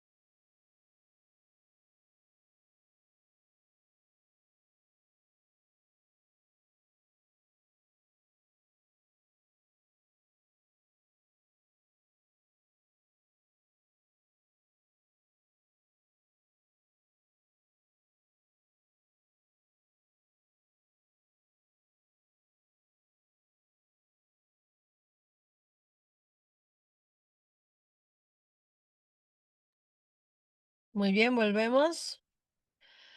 Uf, estuve leyendo bastante, o no bastante. Leo lo que acabo de leer el chat. Me dio mucha risa que dijeron unboxing del bebé. Se pasan ustedes, de verdad. Pero lo que me dio curiosidad, y esto sí, bastante, es que la preeclampsia. 3 de los que me han escrito nacieron por cesárea por preeclampsia. Lo que es, lo pensé en inglés y lo estoy diciendo en español, lo que es algo muy, como les dije, ¿no? Es peligroso para las mamás. Es peligroso para las mamás la preeclampsia. Incluso la mamita que tuvo preeclampsia previa. Yo recuerdo que en mi internado tuvimos una mamita que tuvo preeclampsia y por la preeclampsia que la presión arterial se eleva mucho en las mamás. En la misma sala de cesárea hizo código azul. Empezó a sangrar. Este, Gracias a Dios no hizo paro, pero sí se complicó bastante la mamá. Hemodinámicamente de la presión bajó, la frecuencia cardíaca subió, hubo sangrado. mm, mm. Y después, como les digo, estos pacientes de cesárea por preeclampsia pueden tender a que pueda haber convulsiones, eclampsia, y la mamá pierde conocimiento y convulsión. Imagínense una mamá que convulsione con la barriguita de la gestación. Es peligrosísimo. Por eso se controla. Una mamá gestante con preeclampsia se controla bastante. Y recuerdo que terminó en la UCI, en la unidad de cuidados intensivos, hasta que recuperemos valores normales de la mamá y regresa nuevamente a estar con nosotros, ¿no? En hospitalización y con el bebé. Y el bebé, para ver de que todo esté ok con su sangrecita y demás, sí pasó un ratito también en la UCI. Entonces, 3 de ustedes que me comentaron en el chat nacieron por preeclampsia. Y seguramente la mamá no llegó a ese extremo, esperemos que no, espero que no haya sido así el caso, pero esta preeclampsia se puede, ¿cómo se llama? Muchas veces son idiopáticas, o sea, vienen así de la nada, no está previsto y vienen, y a veces vienen con algunos cofactores, ¿no? Quizá la mamita tenía antes de historia de hipertensión, o la abuelita tuvo preeclampsia, o la hermana tuvo preeclampsia, o quizá no otros factores, ¿no? Como la diabetes, la obesidad, uso de hábitos nocivos, alcohol, tabaco. Hay varios componentes para la preeclampsia, pero la mayoría es idiopático, o sea, que viene de la nada. Entonces, eso sí son, la indicación de la preeclampsia es, si está pretérmino, lo que hacen es, y acá ya les estoy adelantando 6 años de la carrera, como uno está pretérmino, o sea, pretérmino me refiero a que antes de las 37 semanas de la gestación está la gestación, y uno está pretérmino, lo que hacemos es darle un medicamento a la mamá para que ayude a la maduración del pulmón del bebé, que lo vamos a ver durante la carrera, que se llama la betametasona, para que el bebito, como quien dice, obligado, madure rápido los pulmoncitos para que pueda resistir el hecho de que salga a un ambiente nuevo y que el pulmón tolere la respiración. Hay bebitos incluso que nacen de 32 semanas, o sea, 5 semanas, un mes y una semana antes de lo que deberían de nacer. Y eso sí pasan un ratito en la UCI, ¿no? En las incubadoras con oxígeno y demás. Entonces, la preeclampsia sí es un tema, ¿cómo se llama? ¿Cómo se dice? Duro, ¿no? O sea, de alerta para nosotros no es de que la mamá se vaya a morir, pero sí pone en riesgo la vida de la mamita y del bebito, este, y que tenemos que ayudar, ¿no? Eso. Dice, no, yo nací con 34 pero no es complicaciones así. Si naciste con 34 semanas, seguramente lo mismo han hecho, ¿no? Los pulmoncitos, o ya seguramente tu mamá ha querido tener, ¿cómo se dice?, contracciones antes, porque puede existir de que la mamá tenga contracciones antes de que ustedes sean a términos, y el bebito, tenemos que preparar al bebito. Ok, controlamos las contracciones para que aprovechemos 2 días, porque tenemos que dar 2 días de este medicamento para que el pulmoncito pueda tolerar el medio ambiente y pueda salir el bebito sin ninguna complicación, ¿no? Entonces, más o menos es eso, ¿no? Tenemos la preeclampsia, tenemos por diabetes también que ingresan las mamás a cesárea, por asfixia perinatal. Hay algunos que, por ejemplo, dicen, no, mi bebito se movía y en la tarde ya no se mueve. El bebito tiene que salir entonces de emergencia, ¿no? ¿Por qué? Si el bebito no se mueve y lo escuchamos, si no escuchamos bien los latiditos fetales que son de 140, escuchamos 130, 120, no, el bebito está haciendo un sufrimiento fetal. ¡Pum! Todos entramos corriendo a la cesárea. Y es ahí cuando el cirujano y el traumatólogo se molestan con los ginecólogos porque dicen, ¿hay otra vez una cesárea de emergencia? Entonces retrasan sus cirugías de ellos porque ahí la prioridad en la sala de operaciones, y eso se van a acordar de mí cuando ya estén llevando sala, y cuando retrasen, digamos, están rotando en traumatología, en los huesos, y retrasen la operación por la cesárea, pregunten, tengan la curiosidad, así como tienen la curiosidad aquí para preguntar, tengan también la curiosidad allá. ¿Por qué retrasaron la cesárea? ¿Qué fue la operación? ¿Qué pasó con la cesárea?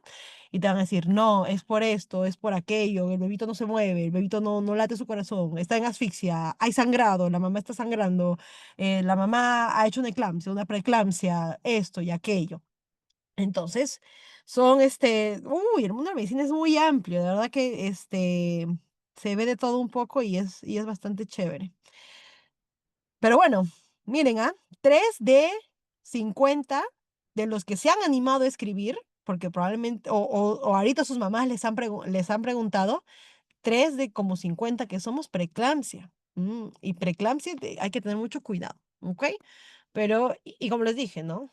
Si no sabían y ahora lo saben y ahora les he explicado un poco más, pucha, vayan y abracen a su mamita y digan, no, oye, mamá, gracias por cuidarme sin que yo, o sea, sin que yo haya nacido, ¿no? Imagínense el amor gigante que les tiene su mamá, obviamente, ¿no? Eso es un amor, como no se puede comparar.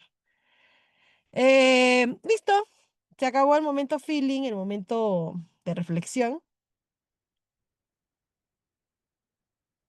Ya había dado play. Ya, muy bien. Entonces, después de hablarlo de lo de las cesáreas y demás, que ya estoy adelantando un montón aquí la carrera, mandé el forms de la asistencia. Este, Vamos con la parte de irrigación, ¿ok? Esto ya es algo rápido. Irrigación arterial y drenaje prácticamente se da por la arteria ilíaca interna que viene de la arteria ilíaca común, ¿no? Que desciende la arteria ilíaca, mira, aorta abdominal desciende y podemos encontrar a la arteria ilíaca común. La ilíaca común se divide en externa e interna y la principal que va a irrigar de sangre, de oxígeno, todo lo que es la cavidad pélvica. Sí estoy grabando, ¿no? Sí, es la ilíaca interna, ¿ok? Es la ilíaca interna. Y esta se subdivide en tronco anterior y posterior. Como les digo, no vamos a abundar mucho en el tema, pero sí recordar que el tronco anterior se subdivide, como dice tronco anterior, en la parte más anterior de la parte de la pelvis, irriga, ¿no?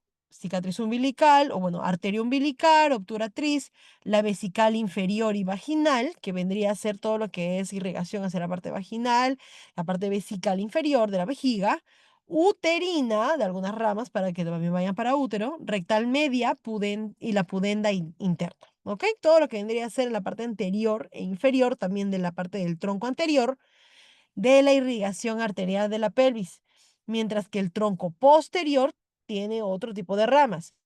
Recuerden, ilíaca interna se subdivide en tronco anterior y tronco posterior. Tronco anterior se subdivide en estas que ya hemos hablado de las arterias, mientras que el tronco posterior se subdivide en estas arterias, lumbar, sacras laterales y la glútea superior, que ya vamos hacia la parte de los glúteos, ¿verdad? La parte más posterior. Tenemos el drenaje venoso. El drenaje venoso, que vendría a ser el oxígeno que ya se intercambió y sale como CO2 a través de las venas y asciende para que podamos colectarlo todo al sistema porta. ¿Ok? Nuevamente al sistema porta. Hígado. Tenemos las venas pélvicas que al final, todos al final, doctores, van a drenar en la vena ilíaca interna. porque esta es la que tiene que subir para que pueda ir a la vena cava inferior. O sea, es va interna, vena ilíaca interna, que asciende después de la confluencia de estas venas, ¿no? La externa, los plexos venosos, vesicales, prostático, uterino, vaginal y rectal, todos drenan a la vena interna ilíaca y sube a la vena cava inferior, ¿ok? Acá lo curioso, este tipo de venas y la distribución que tenemos a nivel sacrococcígeo, tenemos con este tipo de comunicación, si es que hay un cáncer a nivel pélvico, es a través de las venas y óseas y las estructuras óseas que pueden llegar rápidamente a la metástasis. O sea, a través de la vena, si llega por ahí las células cancerígenas, es más sencillo poder llegar, como tiene una distribución hacia las estructuras óseas de recojo de sangre, de células incluso tumorales, puede hacerse más rápido a nivel pélvico un cáncer de metástasis al hueso. ¿Ok? Por eso hay que tener mucho cuidado. Acá es una imagen prácticamente de lo mismo que está saliendo, ¿no? Como de tronco anterior salen este tipo de arterias, la umbilical, la vesical superior, sale la obturatriz, la pudenta interna, la rectal media, la vesical inferior, más o menos miren cómo está, es un corte sagital, mientras que el tronco posterior, que también viene de la ilíaca interna, sale en tres ramas. Las sacras laterales que atraviesan el hueso sacro hacia la parte más posterior. Tenemos acá a la arteria glútea superior, miren por aquí más o menos va, así a nivel de glúteo superior, y la iliolumbar. Iliolumbar más reflejada lo que vendría a ser irrigación ilíaca, de cresta ilíaca y región lumbar, ¿ok? Igual drenaje venoso, todos llegan hacia la ilíaca interna, arteria, perdón, todos siguen el trayecto de la arteria ilíaca interna, como ya lo hemos visto, excepto la arteria iliolumbar y la umbilical, pero al final todo este sistema de drenaje tiene que subir plexo venoso, plexo rectal, hacia y aquí, vena ilíaca interna, a la vena ilíaca interna, porque esta es la que va a permitir conectar hacia la vena cava inferior. Vena cava inferior, recuerden que sube hacia ya el corazón, perdón, aurícula derecha y comenzamos todo lo que es circulación menor. Acá estamos ya completando varios términos ya que deberíamos de conocer, ¿verdad? Es sencillo. Finalmente, el perineo. El perineo, doctores, es algo que, ¿cómo decirlo? Es algo que muchas veces las estudiamos y lo pasamos y no lo volvemos a tocar, pero a medida de que estamos hablando de sistema reproductor, sí tenemos que recordar, ¿ok? El perineo, y acá estas imágenes me gustaron bastante, los saqué de un videíto, que porque lo busqué en internet y de verdad que no hay muchas imágenes, así que este video con estas imágenes les explica súper bien. Pero más que nada es una región por debajo ya del diafragma pélvico. ¿Recuerden el diafragma pélvico, las estructuras musculares? Por debajo tenemos al perineo, que vendría a ser este de acá. Se forma como una forma romboidal y tenemos límites anatómicos nuevamente. Anterior, nuevamente, tenemos a la queridísima sínfisis de pubis, posterior el coxis y lateralmente, nuevamente, tenemos a las tuberosidades isquiáticas. Prácticamente siguen el mismo recorrido, solo que van de forma más posterior hacia el diafragma pélvico, que ya nosotros es más en contacto con las vísceras, ¿ok? Se divide también en triángulo urogenital anterior y triángulo anal posterior. ¿Por qué? Acá mi línea salió muy abajo. Esta línea, imaginen que esté por acá, a nivel de las tuberosidades isquiales, a las tuberosidades isquiáticas, y esta línea, acá no me hace problema, pa, divide la parte del triángulo anterior y el triángulo posterior, ¿ok? Llamado también triángulo urogenital, porque va a recordar urogenital porque por acá está la abertura del meato uretral, doctores, ¿ok? Y el triángulo anal posterior con la cavidad ¿se acuerdan los músculos que están por acá? Cavidad anal posterior, ¿ok? Músculos principales prácticamente también conforman lo que es el diafragma pélvico, entre ellos, pero no todos en completo, el isquio cavernoso, el bulbo esponjoso y los transversos. Entre los transversos tenemos al superficial y también al más profundo, al más interno, que eso lo vamos a ver en la siguiente diapositiva. Entonces, tenemos estos músculos principales. Si yo les pregunto, músculos principales de lo que vendría a ser el perineo, que vendría a ser la capa más posterior, de lo que vendría a ser ya el diafragma, anotemos isquiocavernoso, bulbo esponjoso y los transversos. ¿Para qué el isquiocavernoso? Para mantener, en el caso de los varones, también lo que es, aparte de sostén, la erección mantener eréctil la estructura genital, que vendría a ser el pene. El bulbo esponjoso, que ayuda mucho con lo que vendría a ser la eyaculación, porque al final, el conducto donde pasa, ¿no? El líquido seminal y entre ellos los espermatozoides del varón que son producidos a nivel de los testículos, este, tienen que eyectarse, ¿ok? Entonces, al momento de la eyección se le llama eyaculación. Términos médicos, recuerden. Eyaculación y esto es permitido por el músculo esponjoso. Así que si alguien tenía la curiosidad, ese es el músculo que permite que los varones generen esta eyaculación, mientras que las mujeres van a hacer eyaculación. No, las mujeres permiten a nivel de la constricción, de contraer este músculo, que hagan una constricción vaginal, ¿no? Más que nada que puedan generar estos músculos que se contraen a nivel de las paredes vaginales para que puedan estos amortiguar, ¿no? Muchas veces en el caso de lo que vendría a ser la penetración del órgano genital masculino. Entonces, constricción vaginal, ¿ok? Más que nada es como una forma cervical que tiene la vagina, ¿no? De que hace esa constricción. Es anatómicamente fisiológico, es normal, ¿ok? Así que no es como, ¿cómo se llama? Los médicos no es de que tengan temas como quien dice tabús. Existen esos temas tabús, pero tienen que ustedes saber explicarlos, ¿ok? Saber explicarlos, mamás, papás, adolescentes, para que ellos puedan entender anatómicamente cómo es de que funciona en este sistema reproductor, que lo vamos a ver la próxima clase también. Entonces, bulbo esponjoso para eyaculación, mientras que bulbo esponjoso para las damas es constricción vaginal, ¿ok? Es algo normal. Transversos refuerzan el cuerpo perianal, prácticamente refuerzan todo lo que vendría a ser este perineo, es la estructura de los transversos, tanto superficiales y profundos, que van a permitir el reforzamiento de ellos. Y esta es la última diapositiva, sí, estamos bien con el tiempo, donde dividimos, acá más o menos se divide lo superficial. Como les digo, si tienen el tiempo, vean ese videito de YouTube porque ahí lo explica bastante bien en cuanto a las imágenes. Acá solamente por motivos de clase vamos a utilizar esta. Superficial y profundo. El mismo nombre lo dice porque se divide en dos perineos. Superficial y profundo. La parte más expuesta, hacia con lo que vendría a ser la parte más externa, vendría a ser el perineo superficial, mientras que el profundo ya vendría a ser algo como quien dice, oh, el perineo profundo contiene una capa, se le llama membrana perianal. Esa membrana perianal, si nosotros la sacamos, podemos ver el profundo y si la colocamos, vemos solamente lo que es superficial, ¿ok? Entonces, si yo les digo, ¿cuál vendría a ser la división a nivel del perineo superficial y profundo? Ustedes me tienen que responder membrana perineal, ¿ok? Tenemos el perineo superficial, vamos a la capa más externa, y ahí encontramos las estructuras genitales externas, doctores, ¿no? Entre ellos músculos bulboesponjoso, isquiocavernoso, transverso. ¿Por qué? Porque están asociados con la parte externa de la parte genital, ¿no? Pene, glande, vagina, conducto vaginal, y entre ellos también los labios mayores y menores de lo que vendría a ser el aparato genital de las damas. Y el centro tenemos el cuerpo perineal, ¿no? En el cuerpo perineal que lo tenemos en la parte más centralizada.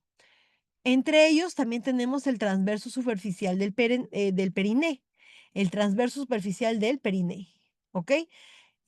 Mientras que acá el transverso profundo del periné lo tenemos en la capa profunda. Y nuevamente repito porque va a ser pregunta de examen. ¿Cuál vendría a ser lo que permite esta división anatómica? Es la membrana perineal. En el profundo, más que nada, ya es una protección de sostén a las vísceras dentro del diafragma pélvico, ¿ok? Aquí en la parte superficial ya podemos ver un poco más de encajonamiento, de protección, de estructura de lo que vendría a ser el perineo superficial para poder amoldarse a lo que vendrían a ser los genitales externos. Entre ellos también asociados a lo que vendría a ser el canal anal, que vendría a ser ya a salir. Por ejemplo, acá estamos viendo en el de dama, ¿no? Este vendría a ser el monte de Venus y vendrían a salir ya los labios mayores, ¿no? Labios mayores, y menores de lo que vendría a ser la parte genital de las damas. Perineo profundo entre la fascia perineal media y el diafragma urogenital, como les digo, está más conectado a lo que vendría a ser el diafragma pélvico. Y los músculos que vemos acá son el transverso profundo del perine, el transverso profundo del perine, el esfínter externo de la uretra. ¿Por qué? Porque ya estamos hablando de meato uretral, estamos hablando acerca de ya salida de la orina. Entonces estamos hablando del esfínter externo de la uretra y las glándulas vulvorrectales en los varones, ¿ok?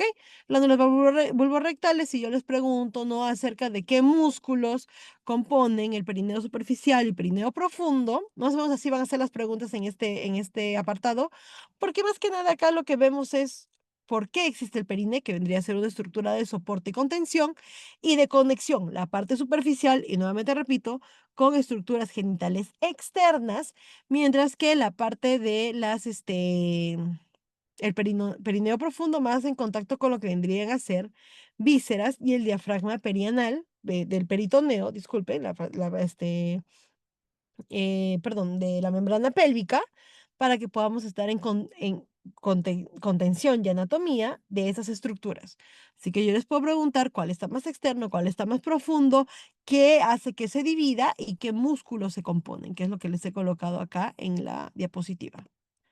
Entonces, la próxima semana ya vendría a ser nuestra última semana, pero antes de cerrar, ¿dudas o consultas en esta parte? Aquí también Doctora, les dejé un videíto. Dime, Eduardo yo o soy Jaime. Jaime. Jaime, dime. ¿Puedes subir un poco para poder mostrarle?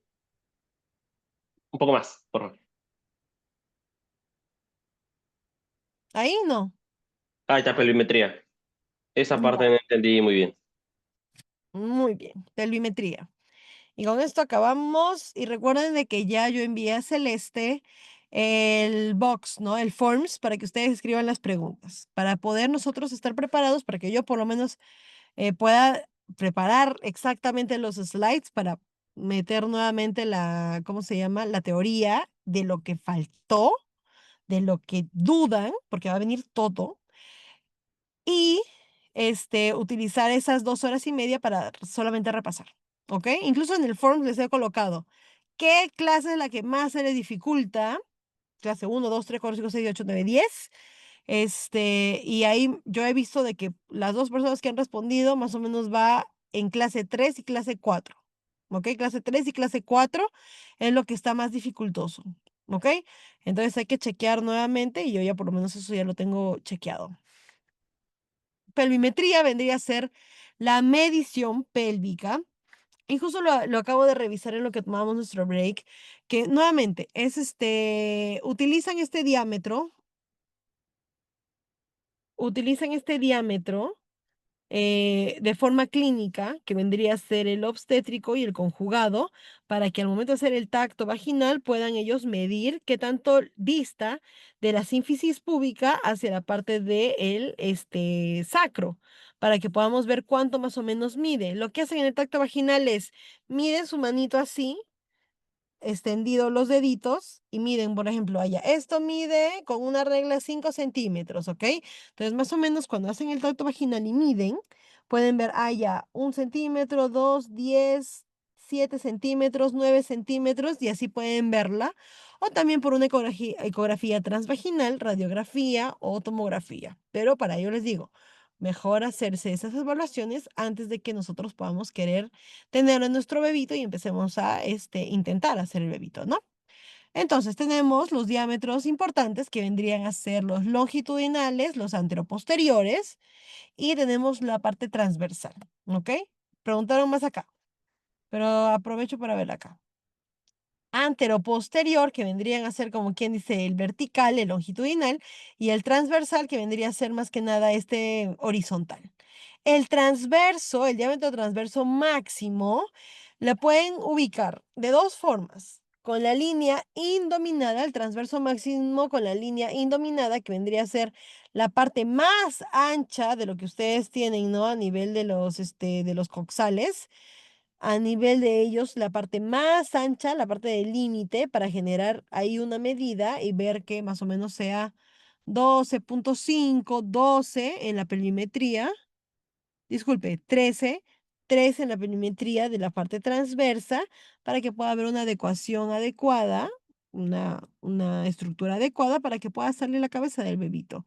Mientras que el oblicuo va desde aquí, articulación sacroiliaca, más o menos cogemos en la parte media de la sacroiliaca y generamos una diagonalización hacia la parte de la eminencia iliopúbica, donde está la pubis y el ilio ilio no, disculpen, es de la parte ilíaca y el pubis, generamos una línea diagonal para que nosotros podamos medir. Y entre ellas está más o menos la longitud que debería de medir de 12 centímetros, ¿ok? Entonces, eso más que nada evalúa lo que es perimetría. ¿Qué tanto dista de diámetro? ¿Cuánto tenemos de diámetro para ver si es posible la adecuación de esta cavidad ósea pélvica para que pueda pasar el bebito sin ningún problema? Si es que está más estrecho estas angulaciones, estos diámetros, no angulaciones, estos diámetros, ahí el problema, porque el bebito puede no progresar, quizá la mamá está dilatando y todo, pero el bebito se ha encajado y no sale el bebito. Entonces nosotros tenemos que ver esta pelvimetría para que nosotros podamos ver si es que el parto va a ser posible en parto vaginal, ¿ok? ¿Qué les iba a decir? Oh, me olvidé lo que les iba a decir. Ya, sí, ya me acordé. Incluso estas preguntas de perimetría, estos diámetros, son preguntas de examen a nivel nacional. Imagínense. O sea, perimetría van a ver hasta el final de los tiempos. Así que ya por lo menos aquí lo han chequeado una vez y solamente es cuestión de recordarse. Es cuestión de recordarse y ya. ¿Alguna otra pregunta? Doctora, disculpe, estas son fases, ¿no? Son diámetros. Recuerden de que estos diámetros, estas líneas que nosotros hacemos son líneas imaginarias.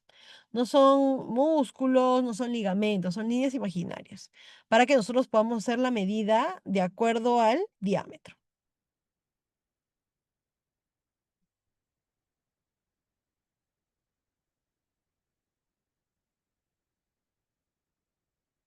¿Sí? No,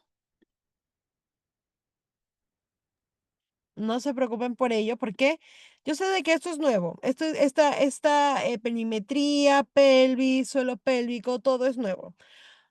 Denle una repasadita a su PPT. Y recuerden que tenemos una clase más. O sea, la próxima semana tenemos aparato reproductor. Tenemos aparato reproductor. Y finalmente tenemos la clase de repaso. Si pero esta clase yo creo que quedó bastante clara, solo que los diámetros sí tenemos que aprendérnoslo, ¿ok? Oblicuo interno, el obstétrico, el transverso, el longitudinal. Esos hay que aprendernos. Ahí puede que esté el challenge, ¿no? Como que ahí puedes dificultarse un poco, pero como les digo, no es imposible, solo es cuestión de repasarlo, ¿ok? Sé que su último simulacro es el 26. Ya mandé las preguntas para el simulacro. Entra hasta la última clase que hemos visto el domingo, que estaba todo súper claro, así que me alegra bastante los que pudieron entrar. Esta clase no entra, ¿ok? Esta clase, reproductor, no entra. Así que pueden respirar tranquilos, repasen bastante para que para que les pueda ir bien como siempre les ha ido bien en la parte de anatomía. ¿Ok? Aquí ya voy a parar la grabación.